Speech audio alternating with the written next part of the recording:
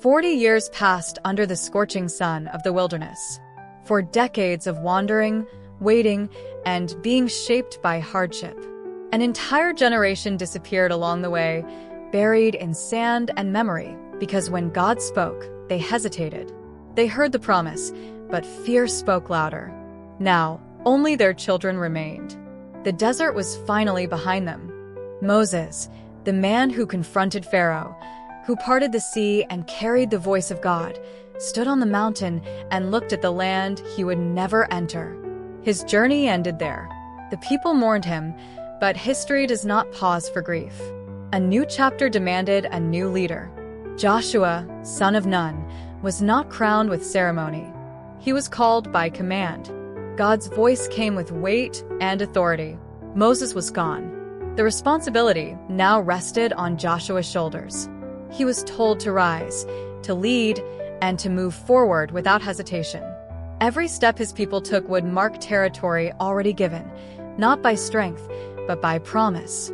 Yet the land ahead was far from empty. Canaan was fortified, guarded by massive walls and seasoned armies. Victory would not come easily, and Joshua knew it. Alone with his thoughts, he questioned whether he was truly ready. He had followed Moses, witnessed miracles, survived battles, but leadership carries a different kind of fear. Before swords were raised, before strategies were drawn, Joshua encountered something that reshaped his understanding of the war ahead. A figure stood before him, armed and unmoved. Joshua challenged him, demanding allegiance. The answer shattered every assumption. This was not a war of sides. It was a war belonging entirely to God. Joshua fell, realizing the battle would not be won through tactics or force, but through obedience. The conquest ahead would be unlike anything the world had seen. The first obstacle stood tall on the horizon, Jericho. Before marching forward, Joshua sent 2 spies to assess the city. Jericho was sealed tight, its walls towering, its guards vigilant. Yet fear already lived within its streets. The reputation of Israel's God had arrived before the army. Inside the city, the spies found refuge in the home of Rahab, a woman dismissed by society, but attentive to truth. She had heard of the Red Sea, the defeated kings, the unstoppable advance. She believed before seeing. Risking everything, she hid the spies and pleaded for mercy. A promise was made. A sign was given. A scarlet cord would mark her home. When the spies returned, they carried more than intelligence. They carried certainty. Jericho's walls were strong, but its spirit was broken. The moment to cross the Jordan had arrived. The river was swollen, impossible to pass. But God gave instructions once more. The priests stepped forward with the ark, and as their feet touched the water, the current stopped. The river opened. Israel crossed on dry ground. There was no turning back. Jericho stood ahead, and God had an unexpected plan. Before the first battle cry echoed, God demanded something deeper than courage. He demanded consecration. This new generation had not sealed the covenant. Victory would not come without alignment. Joshua hesitated. The command would leave the warriors vulnerable. But God's response was firm. The conquest would not be won by blades, but by obedience. Israel stopped. The army waited. The men were circumcised. Pain replaced momentum. Weakness replaced readiness. And yet, Jericho did not attack. Fear restrained them. In that place, God removed the shame of Egypt. The past was buried. The people celebrated Passover for the first time in the Promised Land. Manna ceased. They ate from the soil of Canaan. Dependence shifted into inheritance. Then the command came. Israel would not attack Jericho with force. They would march, silently, day after day. Priests leading with trumpets. The ark at the center. No shouting. No threats. From the walls, the people of Jericho mocked. Confusion turned into unease. An army that did not speak was more terrifying than one that did. On the 7th day, the silence broke.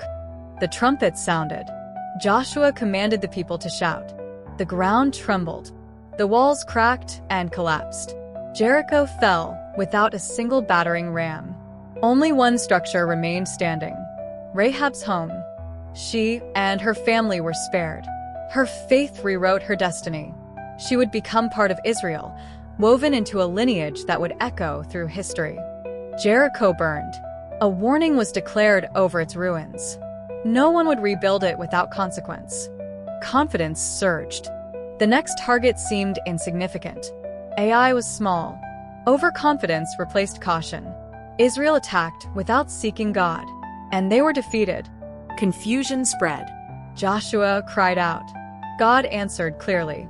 Sin was among them. A man named Achan had taken what was forbidden. Hidden sin had weakened the entire nation. Once exposed and judged, the burden lifted. This time, Israel followed God's strategy. An ambush was set. Ai fell. Victory returned. But the battles ahead would not only test strength, they would test discernment. The fall of Ai sent shockwaves across Canaan.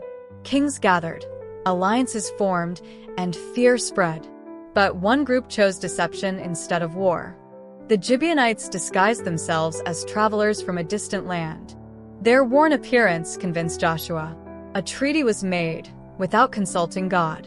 The truth emerged days later. The treaty triggered war. 5 kings united against Gibeon. Surrounded and desperate, they called for help. Joshua marched through the night. God promised victory. The attack was swift. Chaos consumed the enemy. Then the sky intervened. Massive stones fell, crushing fleeing soldiers. But daylight faded. Escape was possible. Joshua spoke to the heavens. The sun stood still. The moon paused. Time itself obeyed. The battle continued until victory was complete. The kings were captured. Their power ended. The land opened. City after city fell. The conquest advanced with unstoppable force. Yet more land remained. More challenges awaited. The northern kings assembled an even greater army. Chariots filled the plains. Horses thundered across the land. Once again, God commanded Joshua not to fear. The strategy was unconventional. The victory was absolute. Hazor fell. Resistance collapsed. 31 kings were defeated. The land was finally secured. Now came division, not destruction. Each tribe received its inheritance. Promises spoken generations earlier were fulfilled with precision. Boundaries were drawn. Homes were built. Caleb stepped forward. Old in years, young in faith, he requested Hebron. Giants still lived there. He wanted the challenge. Joshua granted it. Caleb conquered it, proving faith does not weaken with age. Not all tribes finished the work. Some allowed enemies to remain. Seeds of future conflict were planted. As Joshua aged, he gathered the nation one final time. He reminded them of everything God had done. He warned them of what would happen if they turned away. Then he made his choice public. He and his house would serve the Lord. Joshua died, buried in the land he fought to secure. His story closed, but Israel's journey continued. A new era was approaching, one filled with struggle, failure, and redemption. If you stayed until the end, this story reached you for a reason. Joshua's life proves that faith sustained over time leads to fulfillment, that obedience opens impossible paths, and that God's promises never expire. Support this content by liking, sharing, and subscribing.